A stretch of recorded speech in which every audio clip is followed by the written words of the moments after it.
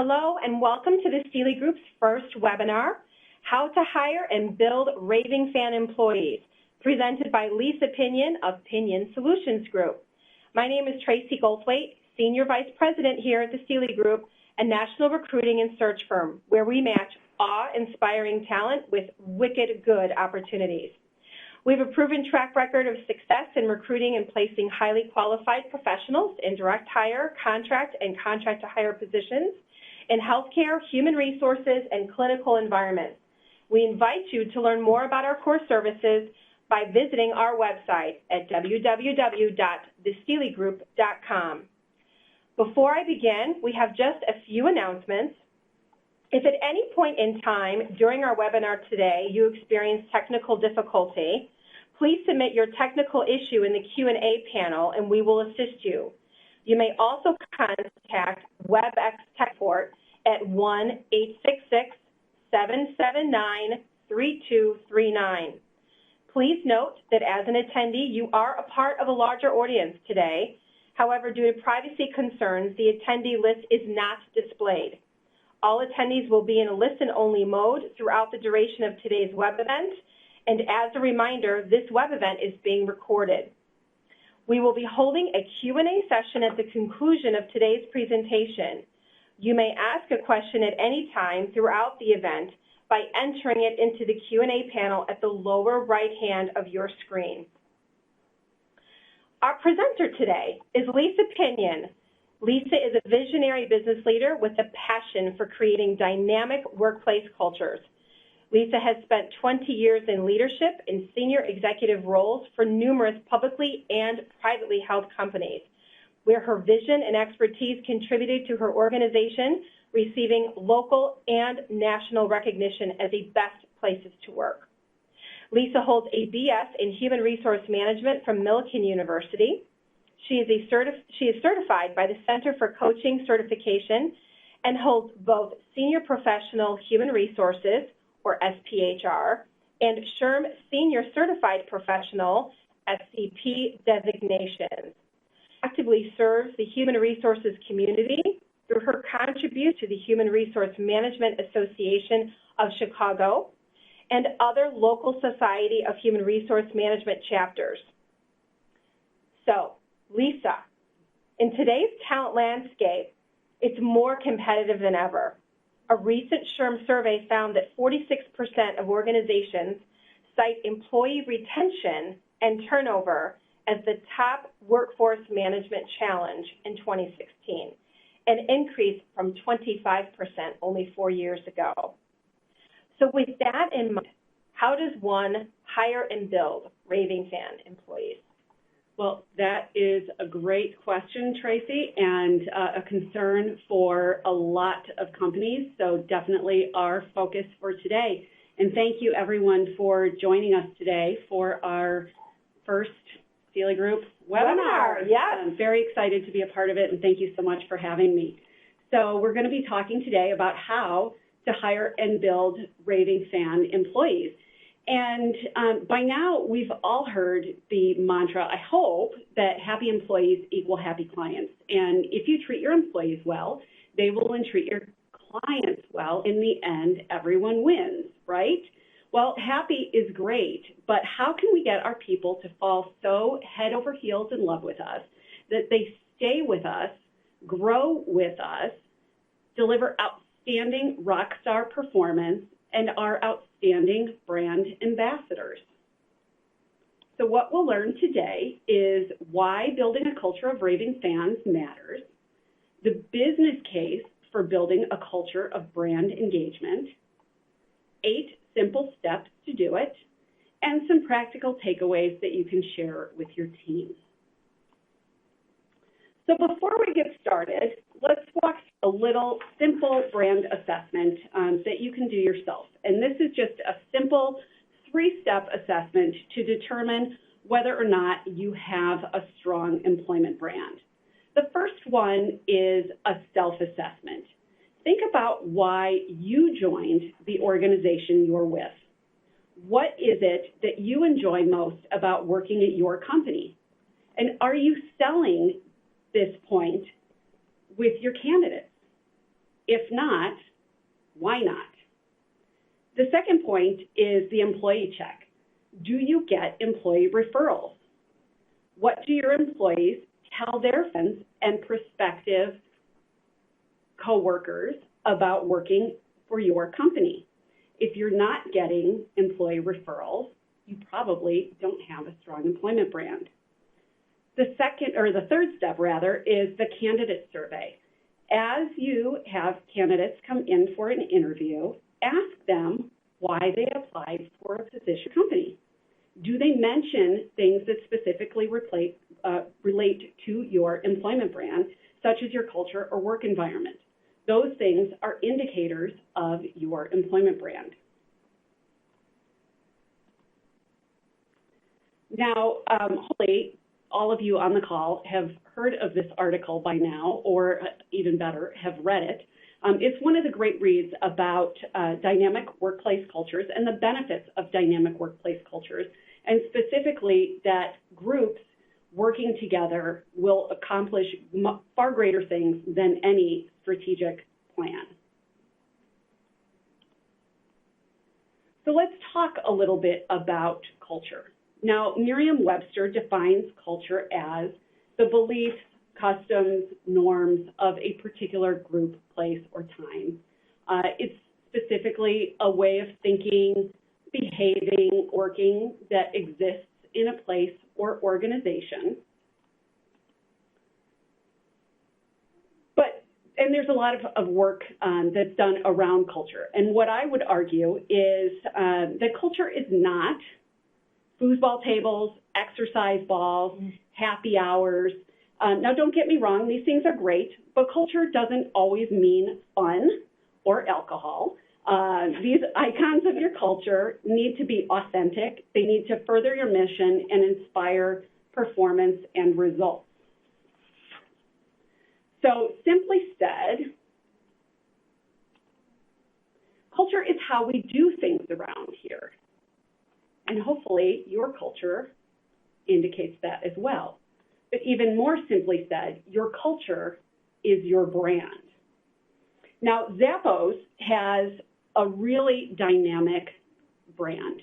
And like many companies with outstanding brands, they will share their brand and their recipes for success with any person who wants to know about it. So like any great chef, they're willing to share their recipe for success.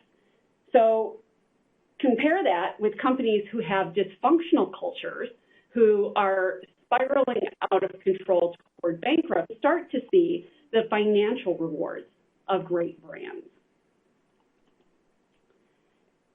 Employer branding is about creating a connection between your company and your top talent.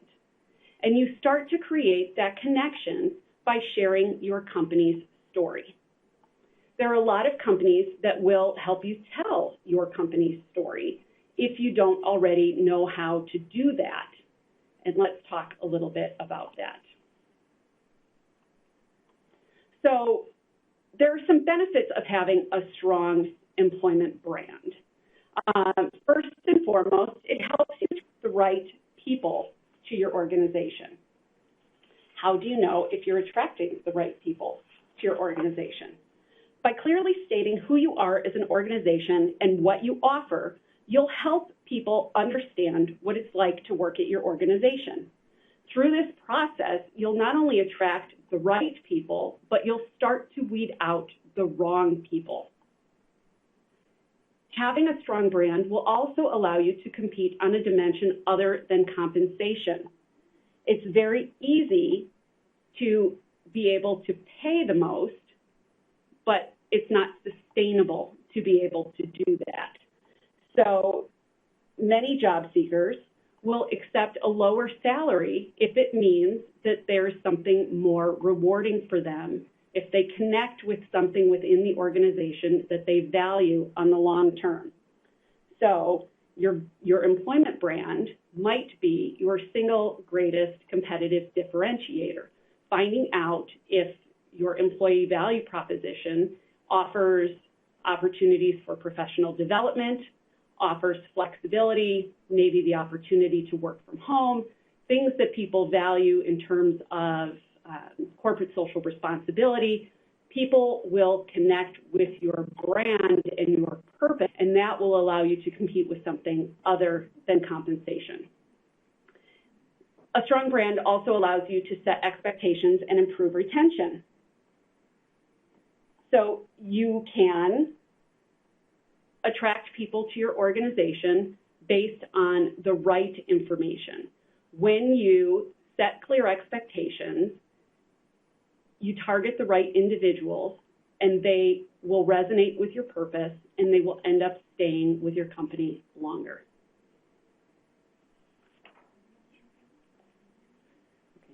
So let's talk a little bit about strong brands.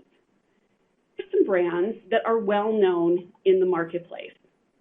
Nordstrom is well known for being a customer service organization. They have set the bar for customer service. When you buy something at Nordstrom, they don't just pass you your merchandise across the counter. They walk it around the counter to you and hand it to you. They will allow you to return merchandise at Nordstrom that you haven't even purchased at Nordstrom. I don't know if anyone's heard the example of the person who tried to return tires to Nordstrom, automobile tires to Nordstrom, when they don't even sell tires, but Nordstrom took them back. Radio Flyer has a strong brand of being the most beloved children's toy company. Southwest Airlines has a brand of being a fun airline and connecting to the heart of not only their customers, but their employees. And Zappos has a strong brand for being a fun and eclectic organization as well. So these are some really well-known brands. But what if your company brand is not known? How do you go about creating that connection? One of the best things to do is to find your company's story. Talk to people within your organization who know your company's history, whether it's a founder, an executive, someone who's been with the company for a long period of time. Talk to them about the history of the organization and what makes it unique and special. Getting their perspective will start to frame the story for you to tell and connect with your employees and prospective employees. So on that note, I have a question. You talk about kind of, someone has to take on the role of being the company historian, but then it needs to go, right, a level down to the next level. So how do you know who in a company you can tap on the shoulder and have come along with you and sort of join you in that ambassador role of telling the story, sharing the vision, and so it's not all on the HR leader's shoulders, right? So that's a great question. So if you have a marketing team, those are great folks. People, millennials are fantastic. People who are already active on your company's social media or sharing information about your company on their own personal social media are great people to tap. Those individuals who are actively referring employees, whether or not you have an employee referral program, who are already doing those things to promote your brand, are already your brand champions and your brand ambassadors. So harness that energy and that activity and use it to your advantage. And I don't, by no means do I want to go off too far on a tangent, but a lot of people may say, so how do I know who to engage in social media when it comes to our company and our culture? Should one person sort of hold the reins on that, or how do you determine who has access to brand things and do things on social media on behalf of your organization? So I think that's a great question, and it is, I think that's something that is individual to each organization. So based on the size of your company and whether or not you have a marketing department that is controlling your brand from an external brand perspective. So at companies that I've worked in, HR and marketing have worked very well and have shared that brand ownership. So both the employment brand and the external client brand have worked very well and been very well aligned. Got it. So if HR and marketing can share that responsibility and partner together, that works very well. Sometimes I've seen marketing want to handle that. Other times I've seen HR want to handle that. And other times they don't really care who handles it as long as somebody takes it. So it really depends on the organization and who's got the capacity, who's got the skill, and who's got the passion for it. So I would say, whatever works for each organization and who's ever got the ability and the time to do it and who can do it effectively is who should handle it. Got it. Okay, great. So going back to finding the story, looking to the history is great. If there is a history, we have a lot of companies that are very new, so there might not be a lot to tell in terms of customers or a company's history. You could talk about a specific event. Every company has something that was pivotal in their history that has shaped their culture.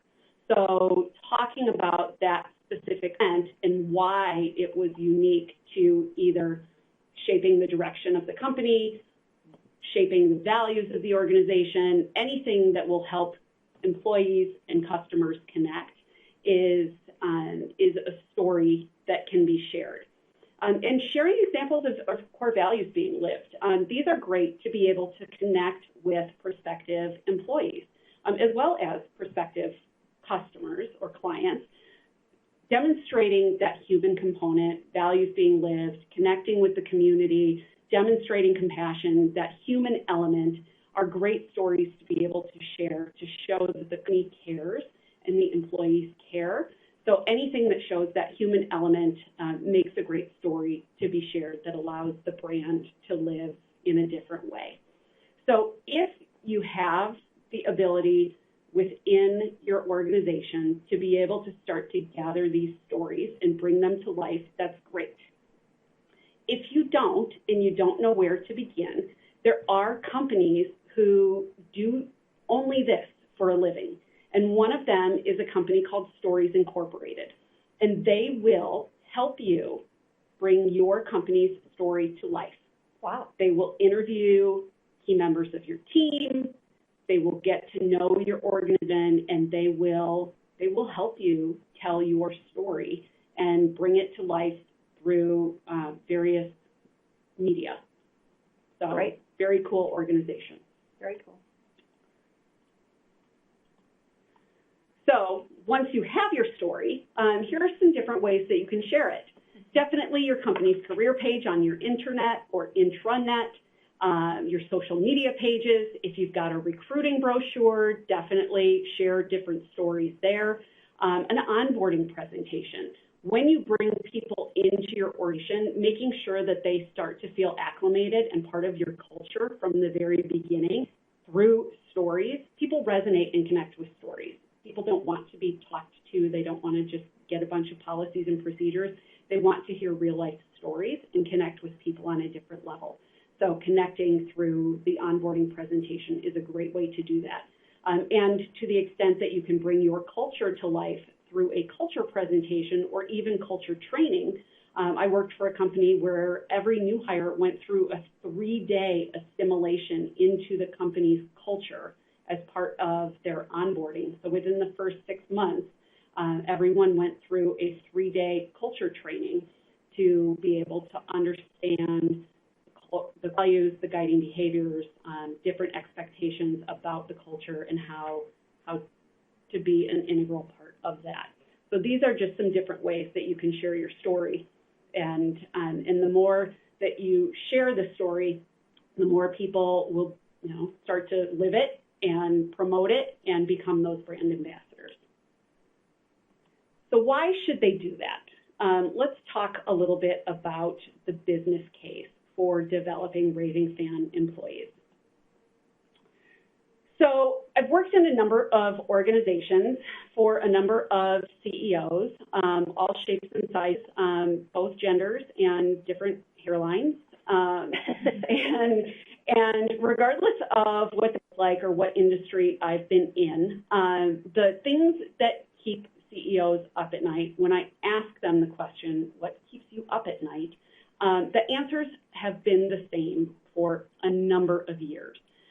Revenue, profitability, turnover, retaining top talent, safety, absenteeism, presenteeism, and customer retention and satisfaction. These are all things that every CEO has been talking about ever since I've been in business. And according to Gallup, this stat is something that we've seen for a number of years, and it goes up or down 1% every year. So as of, I think last year it was 68% of employees are currently not engaged in their work, which means that only 32% are engaged in their work. And the alarming part about that is that disengaged employees are being deliberately unproductive, and they're doing the absolute minimum to get by. And when companies have employees who are not engaged, they're not able to grow. And not only not able to grow, they're not able to hit some of those other metrics. So also, according to Gallup, companies with cultures of engagement are more profitable, they're more productive, they're less prone to absenteeism, they're better at engaging customers, they have significantly higher growth rates, they are less likely to be a source of theft, and also less likely to have on-the-job accidents. Those statistics are fascinating. Mm-hmm. I guess $1 million question, how do you know? Like, how do you gauge? Like Gallup is saying, this is the situation, some of your employees are not fully engaged, but how does each company measure that level of engagement? Is it a survey? Is it a survey you do once a year, 3 times a year? How many questions do you ask, and what do you ask? Like, how do you even go about the process of gathering that data, right? So there are a number of ways to get the data. So there are short pulse check surveys that you can do on, there are some companies who do them on a daily basis. There is a service called Tiny Pulse that you can use to do short pulse check surveys with your people, literally on a daily basis, weekly basis if you want to handle it that way. You can do your own pulse check surveys on a weekly, monthly, quarterly basis, or at any intervals that you choose. You can also choose to do annual engagement surveys or semi-annual. You can do them as part of a best place to work initiative or part of your own initiative. And depending on the type of survey that you choose to implement, if it's done by an outside third party, you have no control over the question. But the benefit of doing that is there's statistically in most instances, you have benchmark data available to you, so you can, in many instances, benchmark your company against other companies in similar industries or similar geographic areas, similar sizes, so based on whoever is implementing the survey, or you can do your own and really use that survey data to further your own company's best practices. So you can do it in a number of different ways. The other thing that you can do is use your own people data. So you can create your own HR scorecard looking at your turnover data, looking at your retention data, looking at your employee referral data, looking at your absenteeism information, looking at your workers' comp information. So you can start to look at your own people metrics that are available to you already through your HRIS information, a lot of your, medical data. So you can start to see, your engaged people are going to be at work more and doing the right things. Yeah. So you can start to see whether or not they're actively engaged or disengaged. Got it. Great. But that's a great question. So your absenteeism is a big Indicator. Got it, for sure, as is your turnover. So why culture and brand actually matters. So we've talked about all of those business metrics. And by the way, going back to this last slide, all of these things here, all of these stats that improve with cultures of high engagement, all of these translate back to those things that CEOs said keep them up at night. So it starts to shape the business case for why cultures of engagement and having those Raving Fan employees actually matters. So this diagram shares the same information in just a little bit different way. So it's the assumptions and beliefs of our employees that drive behavior. Their collective behavior determines the results, and the results of the employees, but the results of their behavior measure the performance. And so if everybody is working together, it's going to impact the results, and the bottom line is going to show the impact. Okay, so more profitability, higher level of revenue, clients that are talking to the same person all the time and appreciate working with the same representatives of your company. Absolutely. Okay. Absolutely. So just another way of looking at it. So these are some more alarming statistics that again show the business case for culture. 64% of employees do not feel that they have a strong workplace culture in their organization. Companies with engaged employees outperform those that don't have strong cultures by more than 200%. Peers and camaraderie are the #1 reason that employees go the extra mile, not money.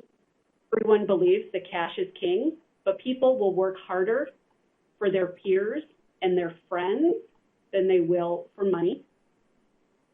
$11 billion is lost annually due to employee turnover, and people leave bosses, not companies. Let's remember that. Yeah. And turnover at companies with poor culture is 48%, compared with turnover at companies with some cultures, which is less than 10%. So again, these statistics are staggering. 11 billion lost to employee turnover and poor culture, 48%. And you hit on something so many of us have been in HR for a long time have heard that so many times. Employees don't leave a company, they leave a manager. Mm-hmm. So as you're going about doing all this hard work, right, identifying what is our brand, what is our culture, and then starting to create your story, how do you also manage that piece of it? Like, how do you make sure? Because you can have all of this great, kumbaya, you can have great programs and wonderful corporate social responsibility, all these dynamic things, but if you don't have the right management in place, right, it's kind of like counterproductive. So while you're doing all this, how do you make sure you have the right people in place? So, well, thanks for setting me up. Okay. Let's talk about that. So where do we start? So it all starts with hiring the right people. And I put hiring the best people, but it's really about hiring the right people. And everyone talks about wanting to hire the best talent, best of the best and brightest, however you want to talk about it. And it's about hiring the best person for the job, but it's also about hiring the best person for your organization. And in order to do that, you need to find people who are aligned with your values, your purpose, your passion, and your customers. But beyond that, they should also be connected to your company's future. So you should be hiring people who want to learn, who want to grow with your company, and who are committed to their own personal development. So it's very easy to hire people who are a technical fit for the position. But I always look for people who are a fit for the culture of the organization, because I can teach any smart person the technical pieces of it. I can teach them the skill. But if they don't have the will, the rest of it doesn't matter. So how do you train your recruiting staff or your HR team, who's going to take a lead in all of your recruiting efforts, most likely? How do you train them not just to look for skill set? Because I think so many do, right? They're out looking to see if this person has the right amount of years of experience, with the right title, with the right industry, right? And how we go about oftentimes our recruiting. So how do you then in turn train people to look beyond that? And how do you evaluate that piece of a candidate during the interview process? So that's a great question. And for me, it's incorporating that behavioral piece of the interview. So I oftentimes will leave the technical piece to the hiring managers. It's their job to be the technical expert. It's my job to make sure that the people that I'm bringing into the organization are a fit for the culture, and the same for my team. So, so I will create specific interview questions that are geared toward our culture. The company that I worked for, we called them best and brightest traits and criteria. And we had specific interview questions that we would use to determine whether or not people fit our culture. And they were behavioral interview questions. You know, tell me about a time when, or give me an example of, you know, a time when you dealt with a particular situation. And we would look for them to give us their experience and use that as a determining factor to see how they played into our culture. The things that I look for personally are, you know, failures. I love to see that people learn from failure, because we all make mistakes. And a lot of times it's our, you know, it's our failures that provides us with the greatest learning opportunity. We don't know many times what we did to create the success in our career, but we know to be able to replicate it. Yeah. So we don't know. Sometimes it's just dumb luck. But our failures are what we learn from the most, hopefully. If we don't learn from those failures, that's where when the opportunities come down the line. But the failures are the greatest learning opportunities. And so I look for people who have failed and who aren't afraid to admit that they failed, and who have learned from it and have been able to move on from that. I also look for people who are open to receiving constructive feedback and to grow and learn from that.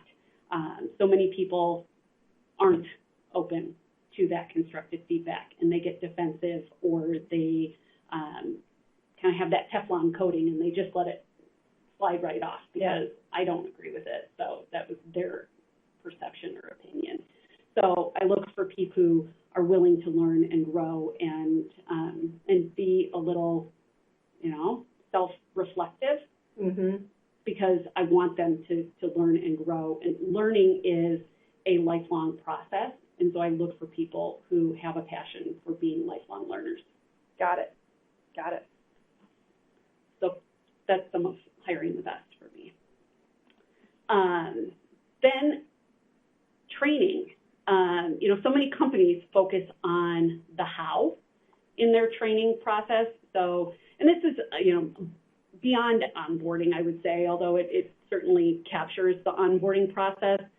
You know, when we bring people in, these really smart people, and then we tell them how to do their jobs, but we don't do a good job of enculturating people, and we also don't do a good job of getting out of their way.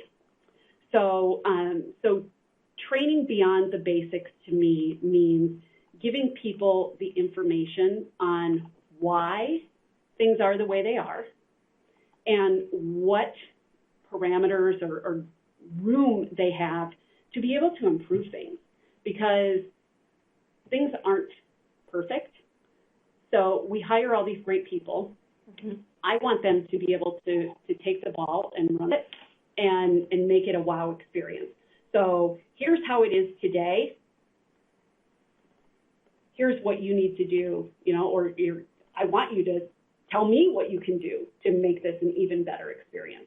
So training starts with kind of the how, but then goes to the why, and then goes to the wow. Got it. And just a quick footnote, we are getting a lot of requests for copies of your slides, and so I do want to just make an announcement that the slides will be available to everyone who registered for the call today. So it's available on our website probably in the next 48 hours. Awesome. Yes. All right. Next is tap their motivation. This goes beyond just, I've got the mentoring slide up there. We talked a little bit, Tracey, you asked about the bosses and how to make sure that we've got the right managers, the right supervision and right mentoring relationship is critical in every organization. People need to know that they have someone as a go-to who's a resource for them, who will help them not only set goals, but accomplish those goals and hold them accountable for accomplishing those goals. But the right manager is also going to know how to motivate that individual and be able to tap their motivation. So, so the best leaders and bosses that I've ever worked with know how to tap the motivation of each individual and understand, are they motivated by money? Is it a bone deep passion to serve the customer? Is it a bone deep, passion to serve? Are they committed to the purpose of the organization? Are they, what is it that motivates them to do great work? Because figuring that out is kind of figuring out that secret sauce and that, that love language for that individual. And that is that recipe component that's going to translate to the happy employees equal happy clients. And that is kind of the best part. So understanding what motivates each individual and capitalizing on that and giving people the opportunity to give back is one of the biggest things that you can do to build that Raving Fan employee. Got it.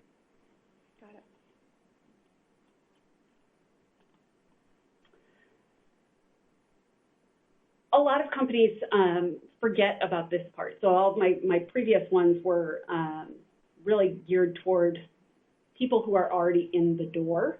But before they even get in the door, creating a candidate experience. Consider treating your candidates like your customers. We oftentimes, and especially in HR, we're really guilty of this, and I'm assuming that most people on the call are HR folks today. But consider the candidate experience in your recruiting process, and how much does your process promote Raving Fans? And if you don't know, go out and apply for a job on your own website and see how frustrating it is, because I guarantee the process is painful. So evaluate your own process for complexity, time investment, how interactive it is, and responsiveness. One of the greatest complaints that I hear from candidates is, I never heard back. I spent all of this time applying and then just went into a black hole. And, it was a complicated process. And again, I heard nothing. So, and then we wonder why people don't apply. We don't have a great, hit ratio. Well, and I'm wondering too, Lisa, we talked at the very beginning, we talked about how crucial this is to companies meeting their goals and how employee retention has become such a big factor. And so is there a rule of thumb for how long the candidate experience should be from start to finish? That's a tough question. We could probably have a whole webinar on that. But is there, considering how competitive the marketplace is becoming, do you have any advice or suggestions around that Well, from the candidate perspective, I would say probably 2 days. Right. From the HR team perspective, a heck of a lot longer. Right. So, you know, I don't know that there's a magic answer for that. I put that back to you because you guys are doing a whole lot of recruiting here. What do you think?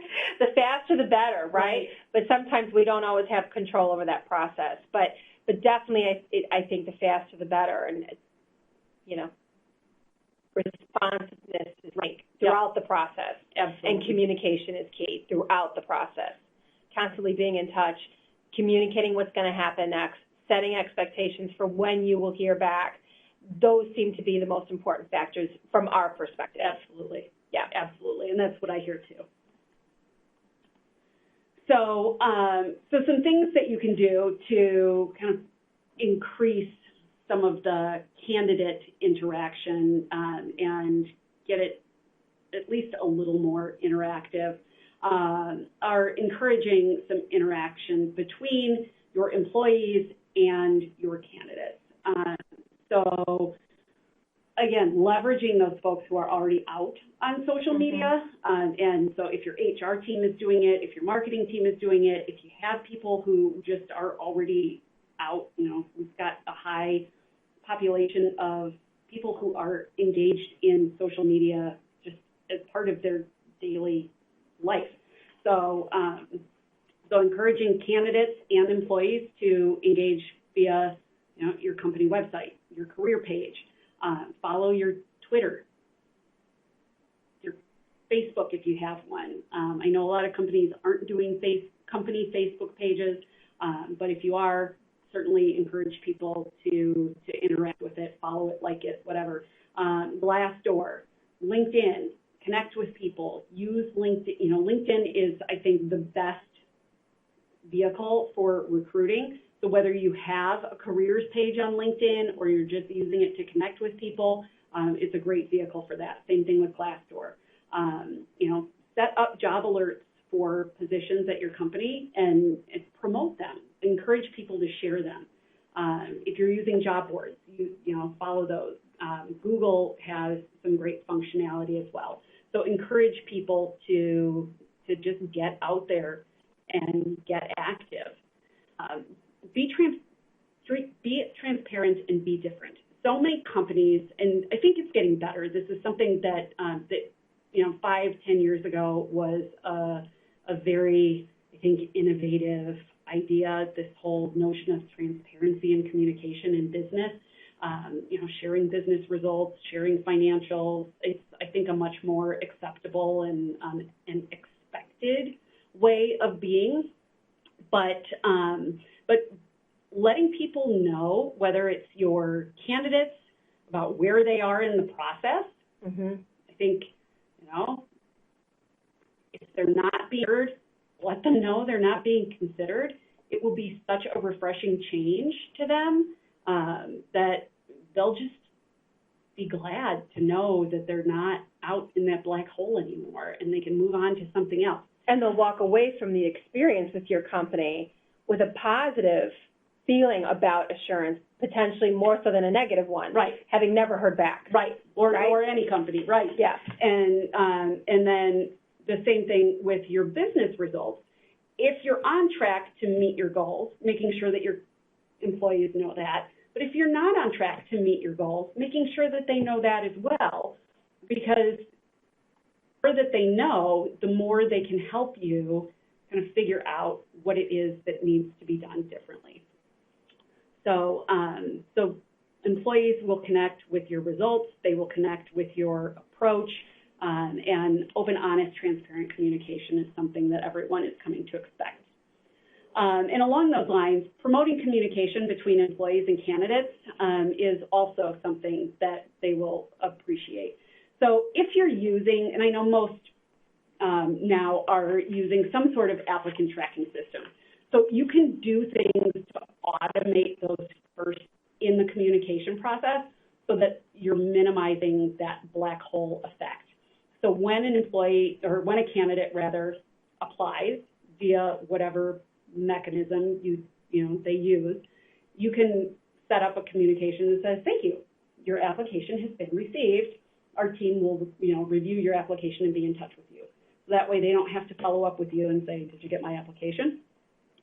I've also set it up, so based on pre-screening or qualification questions, if they don't meet the minimum qualifications, I have a notice go out 48 hours after they apply, because I don't want them to know instantly that they've been rejected.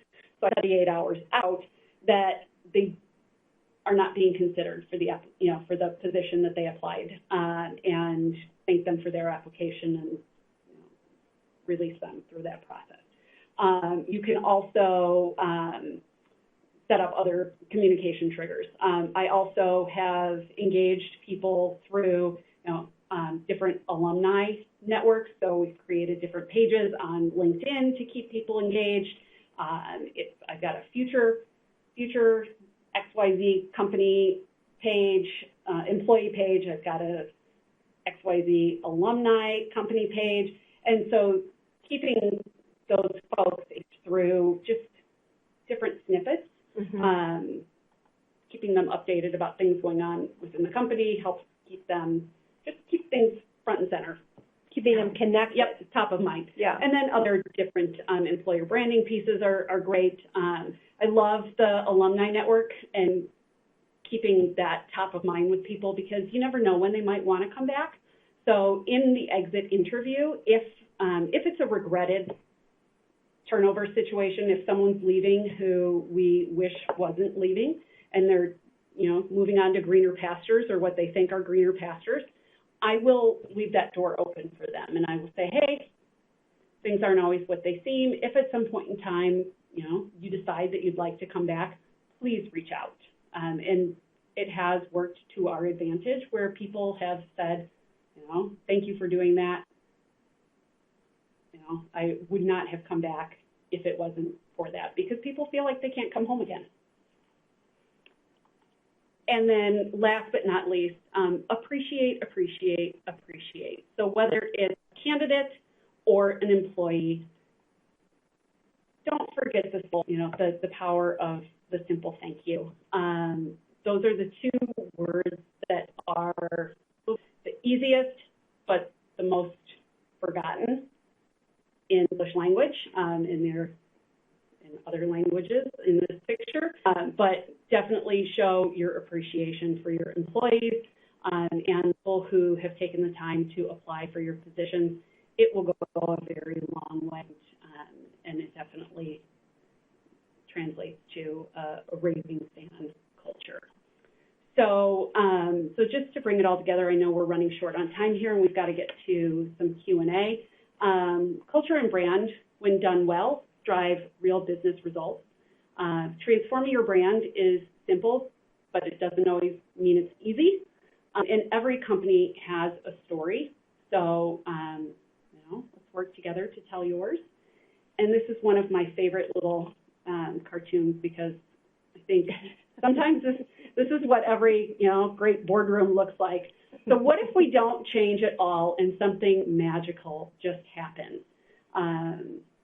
We have to jump out of our comfort zone and expect that change is going to be difficult, but it absolutely will be magical. So got to be brave and do something different. Got to be brave. Excellent. But it will be magical. Well, at this point in time, that concludes the actual formal presentation. So we will open up the webinar now to questions from our audience. So if you do have a question, please feel free to send us a message, and we will address your question to Lisa.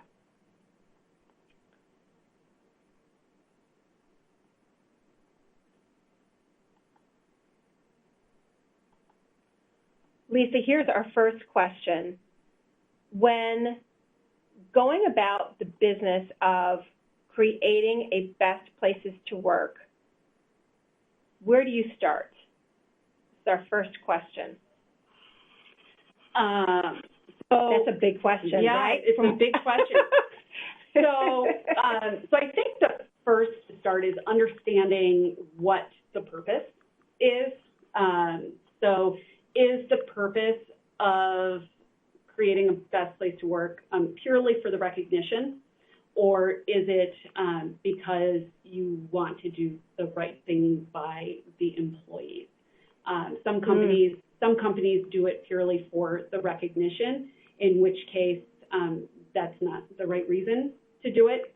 The recognition is a nice byproduct, but it only works if you're doing it for the right reasons, and that's validation of doing the right thing by your people.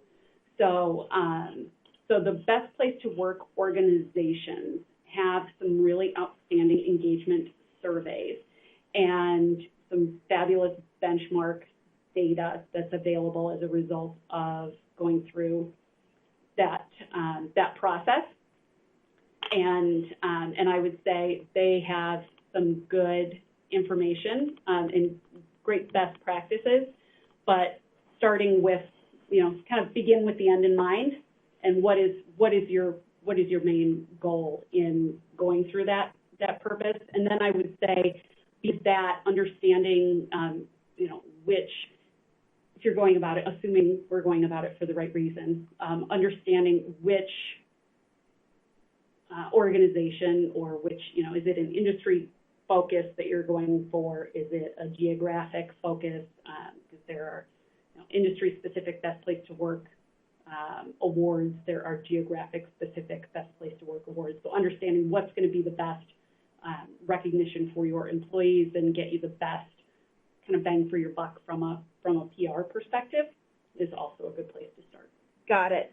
We have another question, and the question is, what do you do with top performers who do not support the culture that you're trying to create?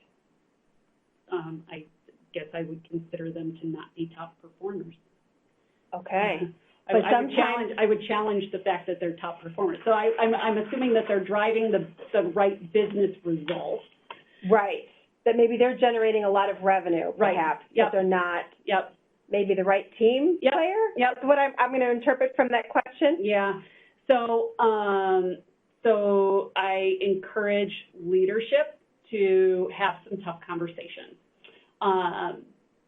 because they're still not a culture fit, and in fact, they're probably single-handedly killing your culture. I actually wrote a blog post called "Asshole is Not a Protected Class" that is specifically about these people.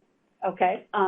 So they're driving business results and typically not touched by leadership because their leadership is afraid to do something about them because they don't want to sacrifice the bottom line as a result of these individuals. But in the end, they're killing the culture, and they're losing their other actual top performers as a result because people don't want to put up with them. Okay.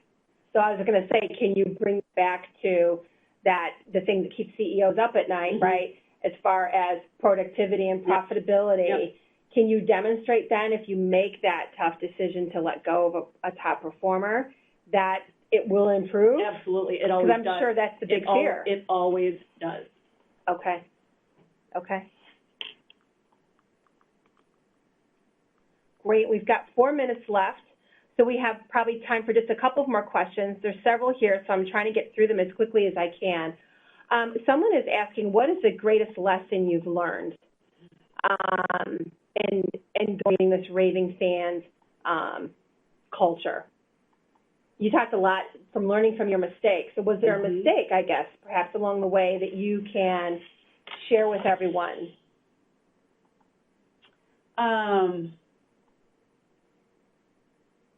I think probably I make mistakes every day. So there's so many I just can't count.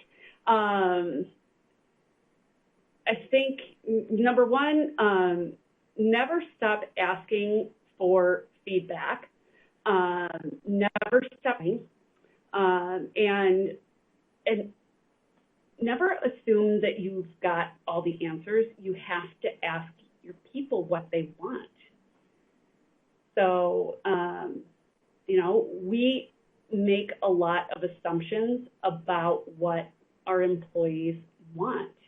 And a lot of times we miss the mark because we forget to ask. Yeah. how important, I guess, is it to have your C-suite on board with that whole Everything will fail if they're not on board. Okay. And so these, the business case slides are, for any culture change initiative or engagement initiative, putting it in the language of the business is the most impactful thing that you can do, because otherwise, the CEO will just think it's another touchy-feely HR initiative. Got it. Got it. All right. Last question here is, what do you think or do about employees that resist those surveys? I suppose there's some, right, who don't want to respond, who may think that they're too much. So, well, there is this notion of survey fatigue. Mm-hmm. So I would say, be careful about how many surveys and how often you ask people to participate in the surveys. So, so I worked for an organization that did a lot of surveys every year. We did 5 best place to work surveys and 2 internal surveys that were short pulse check surveys. But at the beginning of every year, I would send a note out to all of the employees saying, here are the surveys that we're going to do this year, who's going to be sending them out and why and when. Because we were very conscious of survey fatigue, and I wanted people to know that every survey was important, their feedback for each one was important, and what we were using the results for. So I think that transparent communication, again, is really critical. So making sure that people understand, why you're doing it and what the purpose is. And there are always going to be people who aren't going to do it and who are going to be skeptical. So, so don't expect 100% participation in any survey. Be realistic. They say that anything over 50% is really good. Oh. So, okay. So if you can, I would say if you get 80 or 90, you're like rock star status. Got it. So, and again, that's also, I think, a measure of engagement. Very good. Well, in interest of being sensitive to time, it's 1 o'clock, so we're going to have to hold on the rest of the questions that we've got in queue. I want to thank everyone for joining us today. This is our first webinar that the Steely Group has put on. Lisa, again, thank you so much for joining us and sharing with us your Raving Fans presentation. It's really been excellent content. Do look for notification from the Steely Group in about 24 to 48 hours when the content and the slides from this presentation will be available. And then look for news on our next webinar, which will be held in April. We look forward to bringing you some additional webinars and some great topics. So thank you so much, everyone, for attending. Enjoy the rest of your day, and you may now disconnect your lines.